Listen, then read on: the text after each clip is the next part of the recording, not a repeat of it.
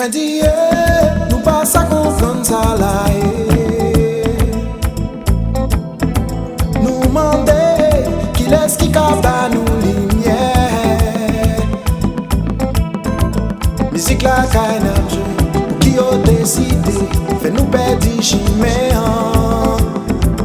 Yo pale mal se vre, ou yo wesi nan tombe Nou kon kote mbrale Se pa jati nou la Yap jure yo papye yo plenye Jen la nap gade Nap chèche Ouve pot ki ven pa ka pase Nap mache Out la long nou pa dekouraje Nou pa ka nan ranse Ak sak pa vle vanse Ki chita betise Yo pale mal se vre, ou yo wesi na tombe Nou kon kote mbrale Yo kapab kritike, nou men nan mache krase Potan fe, pou n'pase nale Nale, nale, nale mesye Nale n'pa prete, fok nale tende Mizik la kay la mache la Kiti la kay la prale la Mizik la kay la panse la Mizik la kay la prale la Parle yo pou mwe Wate fwe mwen Mizik la kay la manche la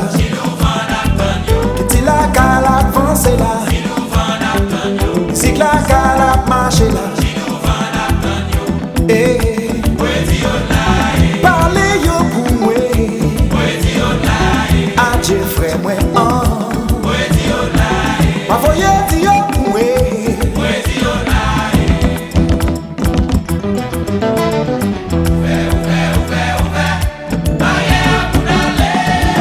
Ala nek yo mechon Kajan yo pa vle wen Yo vle nou divize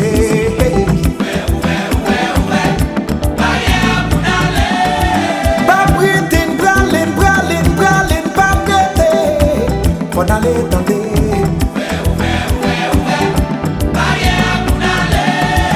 Ala nek yo mechon Kajan yo pa vle wen Yo vle nou divize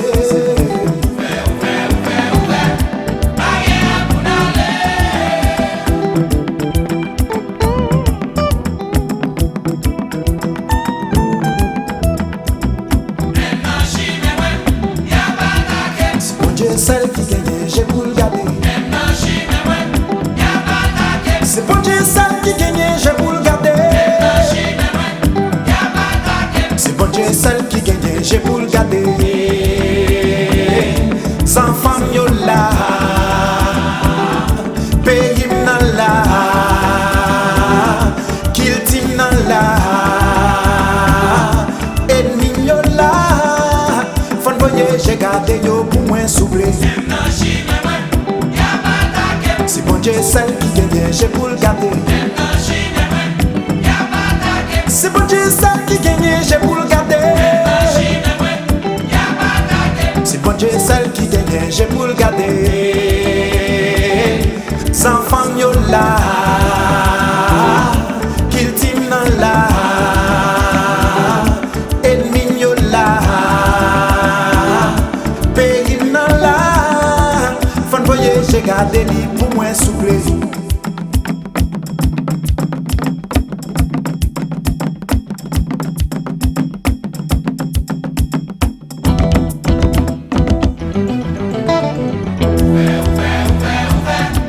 Aye, apunale